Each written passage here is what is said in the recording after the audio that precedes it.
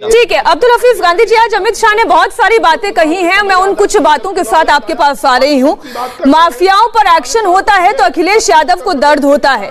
उन्होंने कहा कि अखिलेश यादव को कानून व्यवस्था पर सवाल उठाने का हक ही नहीं है, अखिलेश को चुल्लू भर पानी में डूब मरना चाहिए, इतना तक वो कह गए आज। मीनाक्षी जी, मैं समझता हूं कि अमित शाह जी को अपनी भाषा पर संयम रखना चाहिए। राजनीतिक प्रतिद्वंदी हैं वो, लेकिन जिस तरह की भाषा का इस्तेमाल अमित शाह जी कर रहे हैं ये मैं समझता हूं कि राजनीति में उचित नहीं है। दूसरा सवाल उन्होंने उठाया है माफियागिरी का, तो बीजेपी की लिस्ट उठाकर देख लीजिए। अभी तक की जो इनकी लिस्ट है उसमें करीब 80 से ऊपर आपराधिक रिकॉर्ड के लोगों को भारतीय जनता पार्टी ने टिकट दिया है। सुप्रीम कोर्ट की जजमेंट के मुताबिक जो है वेबसाइट पर या सोशल मीडिया पर कैंडिडेट्स का जो आपराधिक रिकॉर्ड है वो डालना पड़ता है। भारतीय जनता पार्टी ने काफी लोगों को जो है वो टिकट दिया है। इसका जवाब मैं समझता हूं कि इनको कहीं ना कहीं देना चाहिए। मैं आपके सामने एक लिस्ट रख रहा हूं जिसको भारतीय जनता पार्टी कह दे कि आपराधिक रिकॉर्ड नहीं है। ब्रजेश सिंह रावत लड़ रहे हैं देवबंद से, सुरेश कुमार राणा थाना भवन से, मुकेश चौधरी नकुड़ से, बाबूलाल फतेहपुर सीकरी से, अमित अग्रवाल मेरठ कैंट से, कमल दत्त शर्मा मेरठ सिटी से, दिनेश कुमार हस्तिनापुर से, डिप्टी सीएम केशव प्रसाद मौर्य सिराथू से, उमेश मलिक बुढ़ाना से, योगेंद्र उपाध्याय आगरा दक्षिण से, प्रदीप चौधरी बुलंदशहर से, कुंवर भातेंदु सिंह नजीबाबाद से, सोमेंद्र सिंह तोमर मेरठ दक्षिण से, doctor GS Dharmesh Agra cantt से, यशवंत सिंह नगीना से, जगपाल सिंह सहारनपुर देहात से, अनिल पाराशर कोल से, धर्मेश सिंह तोमर धौलाना से, डॉक्टर धर्मपाल सिंह एतमादपुर से, एमपी आर्या नवाबगंज से, कपिल देव अग्रवाल मुजफ्फरनगर से, नंद किशोर गुज्जर लोनी से, राजीव गुंबर सहारनपुर नगर से, सत्यवीर त्यागी पिथौर से, धर्मपाल सिंह आंवला से, लक्ष्मी राज सिकंदराबाद से, अनिल शर्मा शिकारपुर से, संगीत सोम सरदना से, देवेंद्र नागपाल नौगांव सादात से, हरेंद्र सिंह गढ़मुक्तेश्वर से, प्रशांत चौधरी मीरापुर से, राजबाला मिलिक सुरक्षित सीट से, विक्रम सिंह खतौली से, योगेश धामा बागपत से, अजीत, बहुत सारे इस तरह के नाम हैं। मैं आपको याद दिला दूं ये सारे के सारे आपराधिक रिकॉर्ड के लोग कौन लोग हैं। मुझे बड़ी खुशी हो रही है कि आज आप लोग पूरी लिस्ट के साथ बैठे हैं। नहीं, मैं एक चीज कह रही हूँ कि मुझे बहुत खुशी है कि आपने पूरी लिस्ट पढ़ी। मुझे टोटल नंबर बता दीजिए तो और बेहतर हो जाएगा। टोटल नंबर कितने हैं दागी उम्मीदवारों के जो भारतीय जनता पार्टी के हैं? शिवम, मैं आऊंगी आराम से आपके पास, ठीक है ना?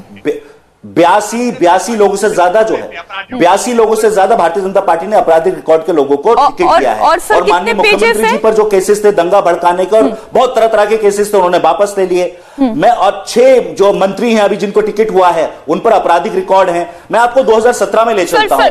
करीब 380 से ज्यादा भारतीय जनता पार्टी लड़ी थी। हफीज जी, नहीं, मैं वापस आप ही के पास आ रही हूँ। एडीआर की रिपोर्ट है 38% दागी प्रत्याशियों को भारतीय जनता पार्टी ने 2017 में टिकट दिए थे। हाँ, ठीक है। मैं एक छोटा सा सवाल आपके पास लेकर आ रही हूँ। आपने 80 से ऊपर नाम गिना दिए, कुछ नाम आपने लिए और मैंने इसलिए आपसे पूछ लिया कि दर्शकों को कोई कंफ्यूजन ना रह जाए। भारतीय जनता पार्टी के 80 से ऊपर दागी उम्मीदवार हैं जिन्हें भारतीय जनता पार्टी ने टिकट दी है।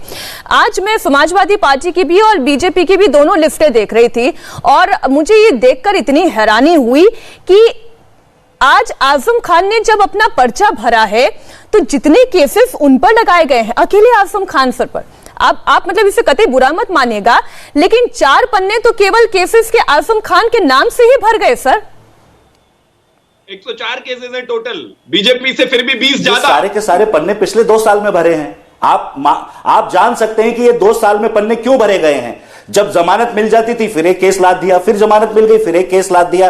ये पॉलिटिकल वेंडेटा है। आप समझ सकते हैं कि 100 से अधिक केस 2 साल में किसी भी व्यक्ति पे हो जाएंगे, तो इससे साफ जाहिर है कि आजम साहब को राजनीतिक तौर पर भारतीय जनता पार्टी ने परेशान किया है। बार बार मैं कह रहा हूं कि जिस तरह के केसेस आजम खान साहब पर किए गए हैं भारतीय जनता पार्टी में पिछले 2 साल के अंदर, सारे के सारे केसेस पिछले 2 साल के हैं। ये ऐसा क्यों किया गया है मुझे समझ नहीं आ रहा है। मैं बार बार कह रहा हूं कि भारतीय जनता पार्टी की लिस्ट पर चर्चा मीडिया में होनी चाहिए। हमारी लिस्ट पर आप चर्चा कीजिए, पब्लिक है हमारी लिस्ट, लेकिन भारतीय जनता पार्टी की भी लिस्ट पर चर्चा कीजिए, जो मैं समझता हूं कि मीडिया में नहीं हो रही है और इसलिए मुझे आज लिस्ट लेकर बैठना पड़ा। मैं तो कह रही हूं आप हर चर्चा में आइए, भारतीय जनता पार्टी के आप हर चर्चा में आइए और हर चर्चा में आप ये लिस्ट पढ़िए, मुझे कोई गुरेज नहीं। सारे के सारे नाम पड़े हुए हैं, इन पर भी चर्चा होनी चाहिए। बिल्कुल होनी चाहिए। मैं तो कह रही हूँ कि आज आप लिस्ट लेकर आए। चर्चा है मीनाक्षी जी, आप दिल पर हाथ रखकर बता दीजिए सर। मैंने तब तक आप बता दीजिए मीनाक्षी जी, क्या भारतीय जनता पार्टी की लिस्ट पर एक भी चर्चा आपने कराई है? मैं तो कल भी की है, मीनाक्षी जी मुझे मैंने बता परसों दीजिए भी कि की है। भारतीय जनता पार्टी की लिस्ट पर एक भी चर्चा आपने कराई है? आप मेरे मुझसे अगर सवाल पूछ रहे हैं तो बिल्कुल मेरा उसी जवाब लिस्ट पर भी सुनिए। चर्चा, आपने हमारी लिस्ट पर बहुत चर्चा की है। अरे केशव प्रसाद मौर्य के ऊपर तक चर्चा हो गई, आप ये चाह रहे हैं कि मैं आपको प्रमाण दूं, तो आप जाके कल की और परसों की बहस देख लीजिएगा। अब राकेश जी, उस पर एक भी डिबेट कराई है, एक्सक्लूसिव डिबेट, तो आप मुझे बता दीजिए। अब मैं आपसे क्या बोल रही हूँ अब्दुल हफीज जी, अगर आजम खान के ऊपर चर्चा हुई तो केशव प्रसाद मौर्य पर भी चर्चा हुई, अगर अब्दुल्ला आजम पर चर्चा हुई तो जितने लिस्टों में आपने नाम गिनाए ना, चाहे उसमें सुरेश राणा का नाम हो या संदीप सोम का नाम हो, मैं तो ये कह रही हूँ कि ये बड़ी मुझे हैरानी की बात है कि आप मेरे साथ हर चर्चा में बैठते हैं, उसके बावजूद आप मेरे पर निष्पक्षता को लेकर आप मेरे सवाल उठा रहे हैं। मुझे बहुत दुख हुआ है, मुझे बहुत हैरानी भी हो रही है। राकेश जी, इसलिए मैं कह रहा हूं, राकेश जी आप जवाब दीजिए। उन्होंने 80+ दागी उम्मीदवार बता दिए हैं, हालांकि आज मुद्दा जाट का था, लेकिन आप इस पर जवाब दीजिएगा।